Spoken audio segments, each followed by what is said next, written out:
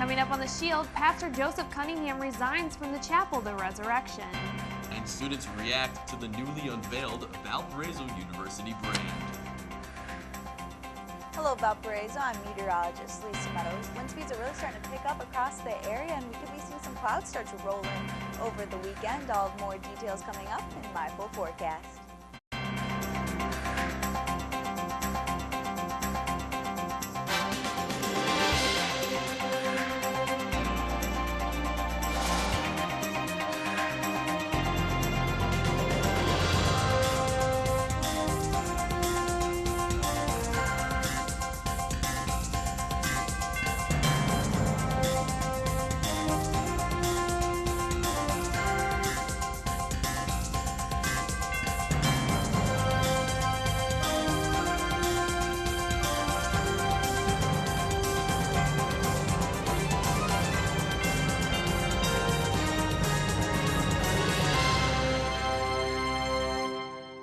Freshmen have been in classes for a little over 2 weeks now, but the journey here has not been all fun and games. Good evening, I'm Lauren Winnie-Gottbreath. And I'm Justin Thompson-Gee. That story is first here on The Shield. The freshman experience does not start in Core or Christ College, but rather on move-in day when parents begin to feel the effects of losing a child to higher education and students are eager to experience what college really is. We spoke with one excited freshman. I think the biggest challenge is probably getting to know all new people again, and just starting over. To begin the school year officially, university administration and student leadership welcome students with the opening convocation. Hundreds of students processed into the Chapel of the Resurrection, where they were told by President Heckler to live in a way that represents Valparaiso University. Student body president Danny Llewellyn spoke about what Valpo has meant to him over the years. Valparaiso University has proven to me time and time again that its treasures all around us. Therefore, my challenge to you, as well as the rest of the student body of Valparaiso University, is to appreciate all the characteristics that make this place great. At the conclusion of the convocation, every student was given a Valpo lapel pin, which advertised the new university brand. With this gift, the students were given the instruction to wear it with pride and continue to represent Valpo in everything they do inside and outside of the university. The dedication and hard work from Valparaiso University students, faculty, and staff were showcased August 20th. The new brand was launched as a part of Valpo's commitment to be a leader among higher places of learning. The Shield's Brendan Kinney has the story. The beginning of the academic school year brought with it a brand new look for Valparaiso University. Launched during opening convocation, the brand, which includes a touch of green, has been the brainchild of Scott O'Kander, Vice President of Integrated Marketing and Communications. Over the past year, O'Kander has worked with students, faculty, and staff to create a brand that encompasses what an education at Valparaiso University is all about. Junior marketing major Katie Bilyeu works in the student division of IMC as a team leader for the athletic teams. Bilyeu believes that the new brand is more defined, but will still allow students to chart their own course during their Valpo experience. When you would ask students, what is Valpo, or why should I come to Valpo, everyone was like, well, this is my Valpo and this is my Valpo, which is what we want, but we also want to have that defined target of students. There could be some students that would look at Valpo, but because we don't have like an actual brand saying this is who we are, they may not be able to know what Valpo is right away. Valpo's new brand is receiving both positive and negative reactions. Curtis Marshall on Valpo's new look. I actually like it a lot. I've heard mixed opinions, but I think it's pretty classy, more or less, and it's at least a step towards something new, and that's a good thing in my opinion. Personally, I like the old one more than the new one, just because it's Valparaiso. And a lot of people off campus won't understand the V. The goal of the IMC is to have the new brand fully in place by next year. For The Shield, I'm Brendan Kinney.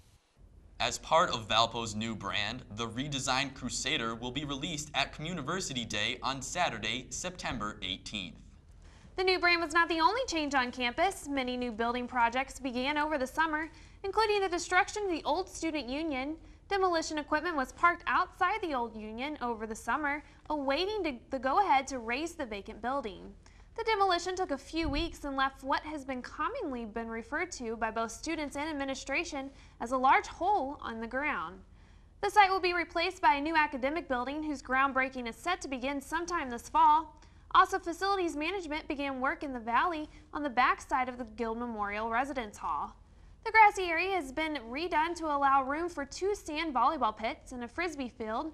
Work is set to be completed soon, and the area will eventually be home to an outdoor amphitheater, which will host numerous outdoor concerts and events.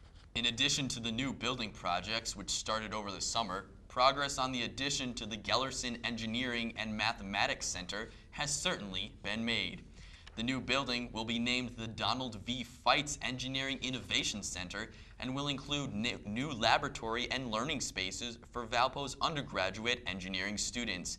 Phase 1 of the new center hopes to see completion in May of 2011, and students will be able to use the center just in time for the fall 2011 semester to begin. A prominent face was missing from Valpo's campus this year as the new students arrived and old ones returned. After 11 years of service at Valparaiso University, Reverend Joseph Cunningham has stepped down as university pastor at the Chapel of the Resurrection. His announcement came in mid-July in a campus-wide email. Shield correspondent Mike Jacobizen has the report. The Chapel of the Resurrection at Valparaiso University will see some changes in ministry this fall. Reverend Joseph Cunningham has resigned as university pastor to pursue new opportunities and challenges in his service. Whenever there's new leadership that comes into an institution, one is bound to see changes. So as things have developed through these last 2 years under President Heckler and Provost Schwein, it just came to my realization that it would be best for both parties to allow for new possibilities. Cunningham said he is looking for opportunities for interim positions at different churches. With the position of university pastor open, various faculty and staff members are stepping forward as leaders and ministers. Pastor James Wetstein said these leaders bring new avenues for students to have a connection with the chapel. The qualities of a good pastor, especially on a university campus, is a willingness to listen, and an enthusiasm for for relationships that are based on sort of pastoral listening and interaction at that level. Relevant preaching is critical. An ability and willingness to keep up with the pace of student life, which runs late into the night, and sometimes there are really early morning things. But I think a genuine passion and interest in this age group of college students and the intellectual life and the social relationships that develop over the course of the years. Reverend Cunningham said he plans on returning for university concerts, events, and services. He says he will miss the chapel and the interaction he had with students on campus. One of the most significant changes or things that I brought was candlelight.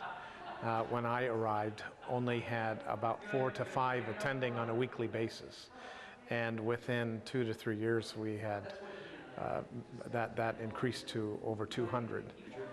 I have never been anywhere where I didn't get involved in campus ministry in some shape or form. I think now, as I transition out of this position, it's less likely that would happen, but who knows? You know, who knows? Cunningham has begun his search for a new congregation.